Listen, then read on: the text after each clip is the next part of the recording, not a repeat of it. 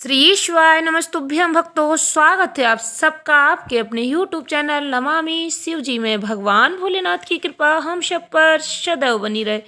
भक्तों, आज के वीडियो में हम जानेंगे माघ मास की पूर्णिमा पर सुनी जाने वाली भगवान सत्यनारायण की व्रत कथा के बारे में। भगवान सत्यनारायण की व्रत कथा सुनने का क्या महत्व है, क्यों इतनी महत्वपूर्ण मानी जाती है माघ पूर्णिमा, वीडियो में सब जानेंगे। वीडियो में आगे बढ़ने से पहले कमेंट बॉक्स में पूरे भक्ति भाव के साथ हर हर महादेव, जय श्री कृष्ण लिखकर भगवान का आशीर्वाद अवश्य प्राप्त करें।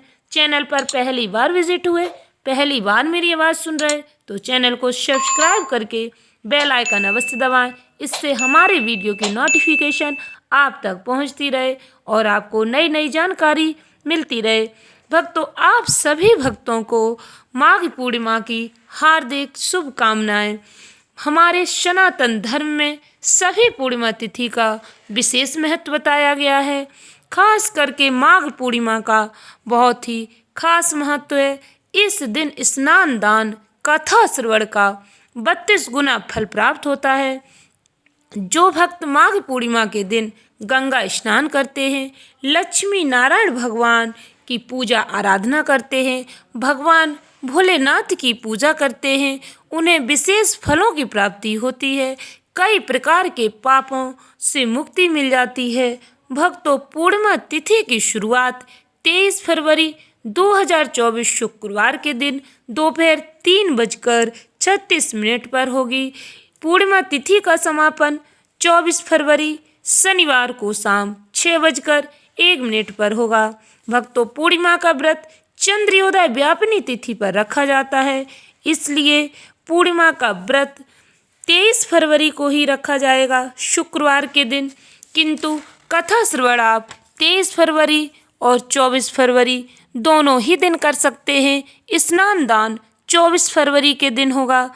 जो भी भक्त पूर्णिमा के दिन भगवान श्री सत्यनारायण की पूजा आराधना करते हैं, सत्यनारायण भगवान की कथा श्रवण करते हैं, उन पर लक्ष्मी नारायण की कृपा सदैव बनी रहती है। भक्तों, इस कलिकाल में भगवान सत्यनारायण का पूजन करना, कथा श्रवण करना बहुत ही फलदायी माना गया है। इस दिन सुबह जल्दी जाकर अपने नित्य कार्यों से निवृत्त होकर गंगा स्नान करना चाहिए। यदि आप नदी में स्नान नहीं कर पाते तो आप नहाने के पानी में गंगा जल मिलाकर घर पर ही गंगा स्नान करके स्वच्छ वस्त्र धारण करें।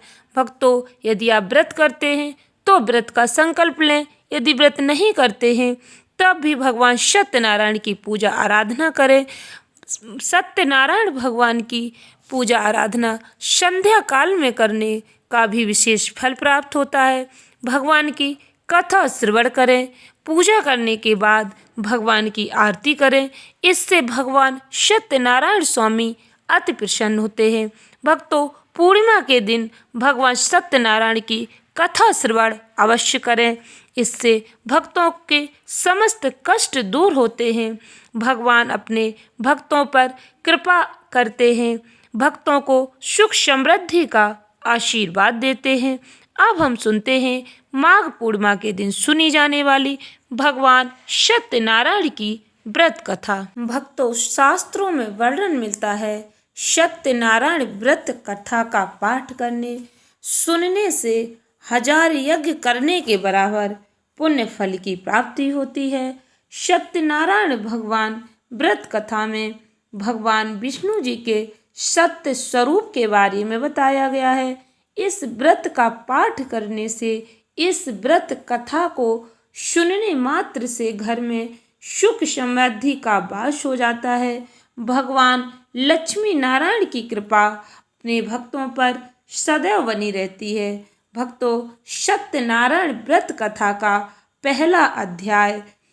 एक समय की बात है, नैमिषारण्य तीर्थ में शौनकादि 88,000 ऋषियों ने श्री सूत जी महाराज से पूछा, हे प्रभु, इस कलयुग में वेद विद्या रहित मनुष्यों को प्रभु भक्ति किस प्रकार मिल सकती है तथा उनका उद्धार कैसे होगा। हे मुनि श्रेष्ठ, कोई ऐसा तप बताइए जिससे थोड़े समय में ही पुण्य मिले और मन वांछित फल की प्राप्ति हो जाए। इस प्रकार की कथा सुनने की हम सब इच्छा रखते हैं। सर्वशास्त्रों के ज्ञाता सूत जी बोले, हे वैष्णवों में पूज्य, आप सभी ने प्राणियों के हित की बात पूछी है, इसलिए मैं एक ऐसे श्रेष्ठ व्रत को आप लोगों को बताऊंगा जिसे नारद जी ने लक्ष्मी नारायण जी से पूछा था और लक्ष्मीपति ने मुनि श्रेष्ठ नारद जी से कहा, आप सब इसे ध्यान से सुनिए। एक समय की बात है, योगी राज नारद जी दूसरों के हित की इच्छा के लिए अनेकों लोकों में घूमते हुए मृत्यु लोक में आ पहुँचे। यहाँ उन्होंने अनेक योनियों में जन्मे प्रायः सभी मनुष्यों को अपने कर्मों द्वारा अनेकों दुखों से पीड़ित देखा। उनका दुख देख नारद जी सोचने लगे कि कैसा यत्न किया जाए जिसे करने से निश्चित रूप से मानव के दुखों का अंत हो जाए। इसी विचार पर मनन करते हुए वह विष्णु लोक में गए। वहाँ वह देवों के ईश नारायण की स्तुति करने लगे, जिनके हाथों में शंख चक्र गदा और पद्म थे, गले में वरमाला पहने हुए थे। स्तुति करते हुए नारद जी बोले, हे भगवान, आप अत्यंत शक्ति से संपन्न हैं, मन तथा वाणी भी आपको नहीं पा सकते। आपका आदि मध्य तथा अंत नहीं है। निर्गुण स्वरूप सृष्टि के कारण भक्तों के दुख को दूर करने वाले हैं। आपको मेरा नमस्कार है। नारद जी की स्तुति सुन विष्णु भगवान बोले, हे मुनि श्रेष्ठ, आपके मन में क्या बात है? आप किस काम के लिए पधारे हैं, उसे निसंकोच कहें। इस पर नारद मुनि बोले कि मृत्यु लोक में अनेक योनियों में जन्मे मनुष्य अपने कर्मों के द्वारा अनेकों दुख से दुखी हो रहे। हे नाथ, आप मुझ पर दया रखते हैं तो बताइए कि वो मनुष्य थोड़े प्रयास से ही अपने दुखों से कैसे छुटकारा पा सकते हैं। श्री हरि बोले, हे नारद, मनुष्यों की भलाई के लिए तुमने बहुत अच्छी बात पूछी है। जिसके करने से मनुष्य मोह से छूट जाता है, वह बात मैं कहता हूँ, उसे सुनो। स्वर्ग लोक व मृत्यु लोक दोनों में एक दुर्लभ उत्तम व्रत है जो पुण्य देने वाला है। आज प्रेम बस होकर मैं उसे तुमसे कहता हूँ। श्री सत्यनारायण भगवान का यह व्रत अच्छी तरह विधान पूर्वक करके मनुष्य तुरंत ही यहाँ सुख भोग कर मरने पर भी मोक्ष पाता है। श्री हरि के वचन सुन नारद जी बोले कि उस व्रत का फल क्या है और उसका विधान क्या है? यह व्रत किसने किया था? इस व्रत को किस दिन करना चाहिए? सभी कुछ विस्तार से बताएं। नारद की बात सुनकर श्री हरि बोले, दुख व शोक को दूर करने वाला, यह सभी स्थानों पर विजय दिलाने वाला है। मानव को भक्ति और श्रद्धा के साथ शाम को श्री सत्यनारायण की पूजा धर्म परायण होकर ब्राह्मणों व बंधुओं के साथ करनी चाहिए। भक्ति भाव से ही नैवेद्य केले का फल, घी, दूध, गेहूं के आटे का सवाया लें। गेहूं के स्थान पर साठी का आटा, शक्कर, गुड़ लेकर सभी खाने योग्य पदार्थों को मिलाकर भगवान का भोग बनाएं। ब्राह्मणों सहित बंधु बांधवों को भी भोजन कराएं। उसके बाद स्वयं भोजन करें। भजन कीर्तन के साथ भगवान की भक्ति में लीन हो जाएं। इस तरह से सत्यनारायण भगवान का यह व्रत करने पर मनुष्य की सारी इच्छाएं निश्चित रूप से ही पूरी होती हैं। इस कलिकाल अर्थात कलयुग में मृत्यु लोक में मोक्ष का यही एक सरल उपाय बताया गया है। श्री सत्यनारायण व्रत कथा का पहला अध्याय संपूर्ण। बोलिए श्री सत्यनारायण भगवान की जय। सत्यनारायण भगवान की व्रत कथा का दूसरा अध्याय। सूत जी बोले, हे ऋषियों, जिसने पहले समय में इस व्रत को किया था उसका इतिहास कहता हूँ, ध्यान से सुनो। सुंदर काशीपुरी नगरी में एक अत्यंत निर्धन ब्राह्मण रहता था। भूख प्यास से परेशान वह धरती पर घूमता रहता था। ब्राह्मणों से प्रेम करने वाले भगवान ने एक दिन ब्राह्मण का वेश धारण कर उसके पास जाकर पूछा, हे विप्र, नित्य दुखी होकर तुम पृथ्वी पर क्यों घूमते हो? दीन ब्राह्मण बोला, मैं निर्धन ब्राह्मण हूँ, भिक्षा के लिए धरती पर घूमता हूँ। हे भगवान, यदि आप इसका कोई उपाय जानते हो तो बताइए। वृद्ध ब्राह्मण कहता है कि सत्यनारायण भगवान मनोवांछित फल देने वाले हैं, इसलिए तुम उनका पूजन करो। इसे करने से मनुष्य सभी दुखों से मुक्त हो जाता है। वृद्ध ब्राह्मण बनकर आए सत्यनारायण भगवान उस निर्धन ब्राह्मण को व्रत का सारा विधान बताकर अंतर ध्यान हो गए। ब्राह्मण मन ही मन सोचने लगा कि जिस व्रत को वृद्ध ब्राह्मण करने को कह गया है, मैं उसे जरूर करूँगा। यह निश्चय करने के बाद उसे रात में नींद नहीं आई। वह सवेरे उठकर सत्यनारायण भगवान के व्रत का निश्चय कर भिक्षा के लिए चला गया। उस दिन निर्धन ब्राह्मण को भिक्षा में बहुत धन मिला, जिससे उसने बंधु बांधवों के साथ मिलकर श्री सत्यनारायण भगवान का व्रत संपन्न किया।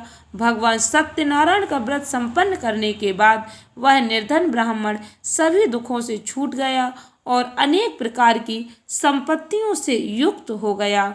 उसी समय से वह ब्राह्मण हर माह इस व्रत को करने लगा। इस तरह से सत्यनारायण भगवान के व्रत को जो मनुष्य करेगा, वह सभी प्रकार के पापों से छूटकर मोक्ष को प्राप्त होगा। जो मनुष्य इस व्रत को करेगा, वह सभी दुखों से मुक्त हो जाएगा। सूत जी बोले कि इस तरह से नारद जी ने नारायण जी से कहा, श्री सत्यनारायण व्रत को मैंने तुमसे कहा, हे विप्रो, मैं अब और क्या कहूँ। ऋषि बोले, हे मुनिवर, संसार में उस विप्र से सुनकर और किस किसने इस व्रत को किया, हम सब इस बात को सुनना चाहते हैं। इसके लिए हमारे मन में श्रद्धा का भाव है। सूत जी बोले, हे मुनियो, जिसने इस व्रत को किया है, वे सब सुनो। एक समय वही विप्र धन व ऐश्वर्य के अनुसार अपने बंधु बांधवों के साथ इस व्रत को करने को तैयार हुआ। उसी समय एक लकड़ी बेचने वाला बूढ़ा आदमी आया और लकड़ियां बाहर रखकर अंदर ब्राह्मण के घर में गया। प्यास से दुखी हुआ लकड़हारा उनको व्रत करते देख विप्र को नमस्कार कर पूछने लगा कि आप यह क्या कर रहे हो। तो उन्होंने बताया कि व्रत कर रहा हूँ तथा इसे करने से क्या फल मिलेगा, कृपया मुझे भी बताएं। ब्राह्मण ने कहा, सब मनोकामनाओं को पूरा करने वाला सत्यनारायण भगवान का व्रत है। इनकी कृपा से ही मेरे घर में धन धान्य की वृद्धि हुई है। विप्र से सत्यनारायण व्रत के बारे में जानकर लकड़हारा बहुत प्रसन्न हुआ। चरणामृत लेकर प्रसाद खाने के बाद वह अपने घर गया। लकड़हारे ने अपने मन में संकल्प किया कि आज लकड़ी बेचने से जो धन मिलेगा, उसी से श्री सत्यनारायण भगवान का उत्तम व्रत करूंगा। मन में इस विचार को ले बूढ़ा आदमी सिर पर लकड़ियां रख उस नगर में बेचने गया जहाँ धनी लोग ज्यादा रहते थे। उस नगर में उसे अपनी लकड़ियों का दाम पहले से 4 गुना अधिक मिलता है। बूढ़ा प्रसन्नता के साथ दाम लेकर केले, शक्कर, घी, दूध, दही, गेहूं का आटा ले और सत्यनारायण भगवान के व्रत की अन्य सामग्रियां लेकर अपने घर गया। वहां उसने अपने बंधु बांधवों को बुलाकर विधि विधान से सत्यनारायण भगवान का पूजन और व्रत किया। इस व्रत के प्रभाव से वह बूढ़ा लकड़हारा धन, पुत्र आदि से युक्त होकर संसार के समस्त सुख भोग कर अंत काल में वैकुंठ धाम चला गया। श्री सत्यनारायण व्रत कथा का दूसरा अध्याय संपूर्ण। बोलिए श्री सत्यनारायण भगवान की जय। सत्यनारायण भगवान की कथा का तीसरा अध्याय। सूत जी बोले, हे श्रेष्ठ मुनियो, अब आगे की कथा कहता हूँ। पहले समय में उल्कामुख नाम का एक बुद्धिमान राजा था। वह सत्य वक्ता और जितेंद्रिय था। प्रतिदिन देव स्थानों पर जाता और निर्धनों को धन देकर उनके कष्ट दूर करता था। उसकी पत्नी कमल के समान मुख वाली सती साध्वी थी। भद्रशिला नदी के तट पर उन दोनों ने श्री सत्यनारायण भगवान का व्रत किया। उसी समय साधु नाम का एक वैश्य आया। उसके पास व्यापार करने के लिए बहुत सा धन भी था। राजा को व्रत करते देखकर वह विनय के साथ पूछने लगा, हे राजन, भक्ति भाव से पूर्ण होकर आप यह क्या कर रहे हैं? मैं सुनने की इच्छा रखता हूँ, तो आप मुझे बताएं। राजा बोला, हे साधु, अपने बंधु बांधवों के साथ पुत्र आदि की प्राप्ति के लिए एक महाशक्तिमान श्री सत्यनारायण भगवान का व्रत व पूजन कर रहा हूँ। राजा के वचन सुन साधु आदर से बोला, हे राजन, मुझे इस व्रत का सारा विधान कहिए। आपके कथन अनुसार मैं भी इस व्रत को करूँगा।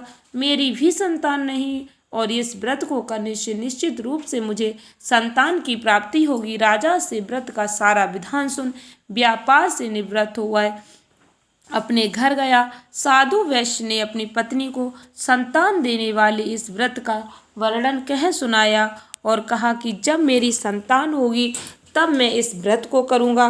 साधु ने इस तरह के वचन अपनी पत्नी लीलावती से कहे। एक दिन लीलावती पति के साथ आनंदित हो सांसारिक धर्म में प्रवृत्त होकर सत्यनारायण भगवान की कृपा से गर्भवती हो गई। 10वें महीने में उसके गर्भ से एक सुंदर कन्या ने जन्म लिया। दिनों दिन वह ऐसे बढ़ने लगी जैसे कि शुक्ल पक्ष का चंद्रमा बढ़ता है। माता पिता ने अपनी कन्या का नाम कलावती रखा। एक दिन लीलावती ने मीठे शब्दों में अपने पति को याद दिलाया कि आपने सत्यनारायण भगवान के जिस व्रत को करने का संकल्प किया था उसे करने का समय आ गया है। आप इस व्रत को करिए। साधु बोला कि हे प्रिय, इस व्रत को मैं उसके विवाह पर करूंगा। इस प्रकार अपनी पत्नी को आश्वासन देकर वह नगर को चला गया। कलावती पिता के घर में रहकर वृद्धि को प्राप्त हुई, बड़ी हो गई। साधु ने एक बार नगर में अपनी कन्या को सखियों के साथ देखा तो तुरंत ही दूत को बुलाया और कहा कि मेरी कन्या के योग्य वर देख कर आओ। साधु की बात सुनकर दूत कंचन नगर में पहुंचा और वहां देखभाल कर लड़की के सुयोग वाड़िक पुत्र को ले आया। सुयोग्य लड़के को देख साधु ने बंधु बांधवों को बुलाकर अपनी पुत्री का विवाह कर दिया। लेकिन दुर्भाग्य की बात यह कि साधु ने अभी भी श्री सत्यनारायण भगवान का व्रत नहीं किया। इस पर श्री भगवान क्रोधित हो गए और श्राप दिया कि साधु को अत्यधिक दुख मिले। अपने कार्य में कुशल साधु बनिया जमाई को लेकर समुद्र के पास स्थित रत्नासारपुर नगर में गया। वहां जाकर दामाद ससुर दोनों मिलकर चंद्रकेतु राजा के नगर में व्यापार करने लगे। एक दिन भगवान सत्यनारायण की माया से एक चोर राजा का धन चुरा कर भाग रहा था। उसने राजा के सिपाहियों को अपना पीछा करते देख चुराया हुआ धन वहां रख दिया जहां साधु अपने जमाई के साथ ठहरा हुआ था। राजा के सिपाहियों ने साधु वैश्य के पास राजा का धन पड़ा देख तो वह ससुर जमाई दोनों को बांधकर प्रसन्नता से राजा के पास ले गए और कहा कि उन दोनों चोरों को हमने पकड़ लिया है, आप आगे की कार्रवाई की आज्ञा दें। राजा की आज्ञा से उन दोनों को कठिन कारावास में डाल दिया गया और उनका सारा धन भी उनसे छीन लिया गया। श्री सत्यनारायण भगवान से श्राप से साधु की पत्नी भी बहुत दुखी हुई। घर में जो धन रखा था उसे चोर चुरा ले गए। शारीरिक मानसिक पीड़ा, भूख प्यास से अति दुखी हो अन्य की चिंता में कलावती के ब्राह्मण के घर गई। वहां उसने श्री सत्यनारायण भगवान का व्रत होते देखा, फिर कथा भी सुनी। वह प्रसाद ग्रहण कर रात को घर वापस आई। माता के कलावती से पूछा कि हे पुत्री, अब तक तुम कहाँ थी, तेरे मन में क्या है? कलावती ने अपनी माता से कहा, हे माता, मैंने एक ब्राह्मण के घर में श्री सत्यनारायण भगवान का व्रत देखा है। कन्या के वचन सुन लीलावती भगवान के पूजन की तैयारी करने लगी। लीलावती ने परिवार व बंधुओं सहित सत्यनारायण भगवान का पूजन किया और उनसे वर मांगा कि मेरे पति तथा जमाई शीघ्र घर आ जाएं। साथ ही यह भी प्रार्थना की कि हम सबका अपराध क्षमा करें। श्री सत्यनारायण भगवान इस व्रत से संतुष्ट हो गए और राजा चंद्रकेतु को सपने में दर्शन देखा कि हे राजन, तुम उन दोनों वैश्यों को छोड़ दो और तुमने उनका जो धन लिया उसे वापस कर दो। अगर ऐसा नहीं किया तो मैं तुम्हारा धन, राज, संतान सभी को नष्ट कर दूंगा। राजा को ऐसा कहकर अंतर ध्यान हो गए। प्रातःकाल सभा में राजा ने अपना सपना सुनाया। फिर बोले कि बड़े पुत्रों को कैद से मुक्त कर सभा में लाओ। दोनों ने आते ही राजा को प्रणाम किया। राजा मीठी वाणी में बोला, हे महानुभावो, भाग्यवश ऐसा कठिन दुख तुम्हें प्राप्त हुआ, लेकिन अब तुम्हें कोई भय नहीं है। ऐसा कह राजा ने उन दोनों को नए वस्त्र आभूषण भी पहनाए और जितना धन उनका लिया था उससे दुगना धन वापस कर दिया। दोनों वैश्य अपने घर को चल दिए। श्री सत्यनारायण कथा का 3रा अध्याय संपूर्ण। बोलिए श्री सत्यनारायण भगवान की जय। सत्यनारायण भगवान की व्रत कथा का 4था अध्याय। सूत जी बोले, वैश्य ने मंगलाचार कर अपनी यात्रा आरंभ की और अपने नगर की ओर चल दिए। उनके थोड़ी दूर जाने पर एक दंडी वेशधारी श्री सत्यनारायण ने उनसे पूछा, हे साधु, तेरी नाव में क्या है? अभी वाड़ी बड़े खस्ता हुआ बोला, हे दंडी, आप क्यों पूछते हो? क्या धन लेने की इच्छा है? मेरी नाव में तो बेल और पत्ते भरे हुए हैं। वैश्य के कठोर वचन सुन भगवान बोले, तुम्हारा वचन सत्य हो। दंडी ऐसे वचन के वहां से दूर चले गए। कुछ दूर जाकर समुद्र के किनारे बैठ गए। दंडी के जाने के बाद साधु वैश्य ने नित्य क्रिया के पश्चात नाव को ऊंची उठते देखकर अचंभा माना और नाव में बेल पत्ते आदि देखो है मूर्छित हो जमीन पर गिर पड़ा। मूर्छा खुलने पर वह अत्यंत शोक में डूब गया। तब उसका दामाद बोला कि आप शोक न मनाएं, यह दंडी का शाप, इसलिए हमें उनकी शरण में जाना चाहिए, तभी हमारी मनोकामना पूरी होगी। दामाद की बात सुन सुनकर वह दंडी के पास पहुंचा और अत्यंत भक्तिभाव से नमस्कार करके बोला, मैंने आपसे जो जो असत्य वचन कहे थे उनके लिए मुझे क्षमा कर दें। ऐसा कहकर महान शोक आतुर हो रोने लगा। तब दंडी भगवान बोले, हे बड़े पुत्र, मेरी आज्ञा से बार बार तुम्हें दुख प्राप्त हुआ है, तू मेरी पूजा से विमुख हुआ। साधु बोला, हे भगवान, आपकी माया से ब्रह्मा आदि देवता भी आपके रूप को नहीं जानते, तब मैं अज्ञानी कैसे जान सकता हूँ। आप प्रसन्न होइए और मुझ सामर्थ्य के अनुसार मैं आपकी पूजा करूँगा।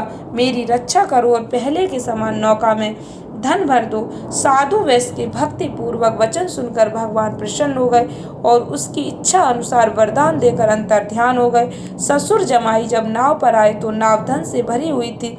फिर वहीं अपने अन्य साथियों के साथ सत्यनारायण भगवान का पूजन कर अपने नगर को चल दिए। जब नगर के नजदीक पहुंचे तो दूत को घर पर खबर करने के लिए भेज दिया। दूत साधु की पत्नी को प्रणाम कर कहता है कि मालिक अपने दामाद सहित नगर के निकट आ गए हैं। दूत की बात सुन साधु की पत्नी लीलावती ने बड़े हर्ष के साथ सत्यनारायण भगवान का पूजन कर अपनी पुत्री कलावती से कहा कि मैं अपने पति के दर्शन को जाती हूँ, तू कार्य पूर्ण कर शीघ्र आ जा। माता के ऐसे वचन सुन कलावती जल्दी में प्रसाद छोड़ अपने पति के पास चली गई। प्रसाद की अवज्ञा के कारण श्री सत्यनारायण भगवान रुष्ट हो गए और नाव सहित उसके पति को पानी में डुबो दिया। कलावती अपने पति को वहां न पाकर रोती हुई जमीन पर गिर गई। नौका को डूबा हुआ देख वह कन्या को रोता देख साधु दुखी होकर बोला कि हे प्रभु, मुझसे तथा मेरे परिवार से जो भूल हुई उसे क्षमा करें। साधु के दीन वचन सुनकर श्री सत्यनारायण भगवान प्रसन्न हो गए और आकाशवाणी, हे साधु, तेरी कन्या मेरे प्रसाद को छोड़कर आई, इसलिए उसका पति अदृश्य हो गया। यदि वह घर जाकर प्रसाद खाकर लौटती है तो इसे उसका पति अवश्य मिलेगा। ऐसी आकाशवाणी सुन कलावती घर पहुंचकर प्रसाद खाती है और फिर आकर अपने पति के दर्शन करती है। उसके बाद साधु अपने बंधु बांधवों सहित श्री सत्यनारायण भगवान का विधि विधान से पूजन करते हैं। इस लोक का सुख भोग अंत में स्वर्ग को प्राप्त होते हैं। श्री सत्यनारायण व्रत कथा का चौथा अध्याय संपूर्ण। बोलिए श्री सत्यनारायण भगवान की जय। सत्यनारायण भगवान की व्रत कथा का 5वां अध्याय। सूत जी बोले, हे ऋषियों, मैं और भी एक कथा सुनाता हूँ, इसे भी ध्यान पूर्वक सुनो। प्रजा पालन में लीन तुंग ध्वज नाम का एक राजा था। उसने भी भगवान का प्रसाद त्याग कर बहुत ही दुख प्राप्त किया। एक बार वन में जाकर वन पशुओं को मार कर आए, बढ़ के पेड़ के नीचे आया और उसने ग्वालों को भक्ति भाव से अपने बंधुओं सहित सत्यनारायण भगवान का पूजन करते देखा। अभिमानवश राजा ने उन्हें देखकर भी पूजा स्थान में नहीं गया और न ही उसने भगवान को नमस्कार किया। ग्वालों ने राजा को प्रसाद दिया, लेकिन उसने वह प्रसाद नहीं खाया और प्रसाद को वहीं छोड़वाए अपने नगर को चला गया। जब वह नगर में पहुंचा तो वह सब कुछ तहस नहस हुआ पाया तो वह शीघ्र ही समझ गया कि यह सब भगवान ने ही किया। दोबारा ग्वालों के पास पहुंचा और विधि पूर्वक पूजा करके प्रसाद खाया तो श्री सत्यनारायण भगवान की कृपा से सब कुछ पहले जैसा हो गया। दीर्घ काल तक सुख भोगने के बाद मरणोपरांत उसे स्वर्ग लोक की प्राप्ति हुई। जो मनुष्य परम दुर्लभ इस व्रत को करेगा तो भगवान सत्यनारायण की अनुकंपा उसे धन से परिपूर्ण कर देगी। निर्धन धनी हो जाता है, भय मुक्त हो जीवन जीता है। संतानहीन मनुष्य को संतान सुख मिलता है और उसके सारे मनोरथ पूर्ण होने पर वह मानव अंत काल में बैकुंठ धाम को जाता है। सूत जी बोले, जिन्होंने पहले इस व्रत को किया है अब उनके दूसरे जन्म की कथा कहता हूँ। वृद्ध सतानंद ब्राह्मण ने सुदामा का जन्म लेकर मोक्ष की प्राप्ति की। लकड़हारे ने अगले जन्म में निषाद बनकर मोक्ष प्राप्त किया। उल्का मुख नाम का राजा दशरथ होकर बैकुंठ को प्राप्त हुए। साधु नाम के वैश्य ने मोरत ध्वज बनकर अपने पुत्र को आरे से चीरकर मोक्ष प्राप्त किया। महाराज तुंग ध्वज ने स्वयंभू होकर भगवान में भक्ति युक्त होकर कर्म कर मोक्ष पाया। श्री सत्यनारायण व्रत कथा का 5वां अध्याय संपूर्ण। बोलो श्री सत्यनारायण भगवान की जय। भक्तों, सत्यनारायण व्रत कथा सभी भक्तों को अवश्य सुननी चाहिए। आशा करती हूँ वीडियो अच्छी लगी होगी, उपयोगी लगी हो तो सत्यनारायण व्रत कथा अधिक से अधिक मित्रों को शेयर करें। धन्यवाद भक्तों। श्री शिवाय नमस्तुभ्यं।